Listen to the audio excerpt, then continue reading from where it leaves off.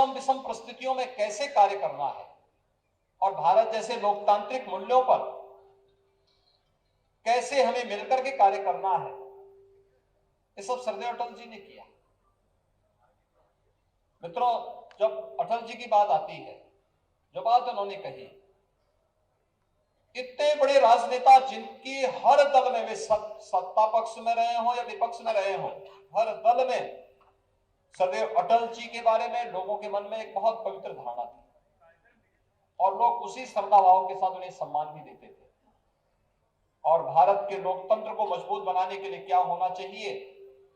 उन्होंने एक बात बहुत मजबूती के साथ की। लोकतंत्र की यही भावना है कि आदमी न ऊंचा होता है न नीचा होता है, न बड़ा होता है न छोटा होता है, आदमी सिर्फ आदमी होता है। लोकतंत्र का सब कुछ इसमें समाहित है।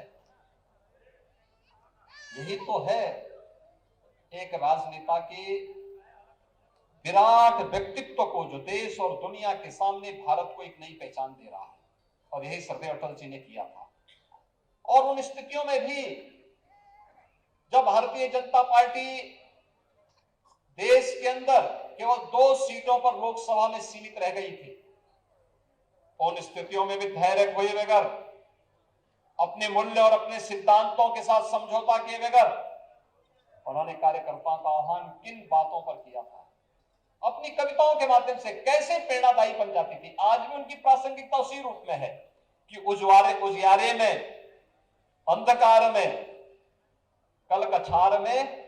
बीच धार में, घोर घृणा में, पूत प्यार में, क्षणिक जीत में, दीर्घ हार में, जीवन के सत आकर्षक अरमानों को दलना होगा,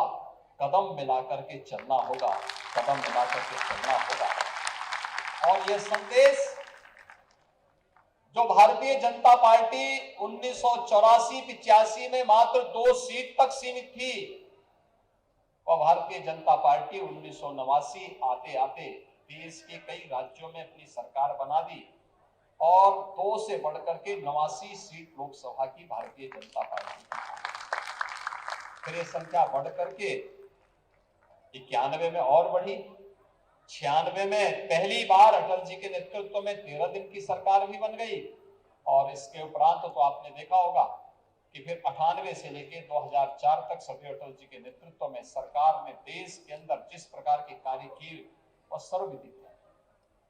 आज हम सौभाग्यशाली हैं कि सरदेव अटल जी ने जो नींव रखी,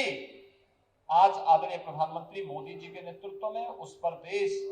पूरी मजबूती के साथ दुनिया के सामने विकास का, लोक कल्याण का और सुशासन का एक मॉडल खड़ा कर रहा है। और वर्तमान में प्रधानमंत्री मोदी जी के नेतृत्व में जो सपना कभी एक संकल्प के रूप में डॉक्टर श्यामा प्रसाद मुखर्जी जी ने देखा था, जो सपना कभी पंडित दीनदयाल उपाध्याय जी ने देखा था, और जिन संकल्पों को लेकर के राजनीति में सरदेव अटल जी ने, सरकारें भी हैं, लेकिन भाइयों बहनों, सरकारें तो आएंगी जाएंगी, अपने विरासत के अक्षुण्ण बनाए रखने के लिए क्या कुछ किया है यह आप सबके सामने है। कश्मीर में धारा 370 को समाप्त करने का उठाया गया महत्वपूर्ण कदम हो, या फिर अयोध्या में श्री राम जन्मभूमि पर भगवान राम के भव्य मंदिर निर्माण के कार्यक्रम को आगे बढ़ाने का कार्यक्रम, ये सभी चीजें एक एक करके होती भी गई।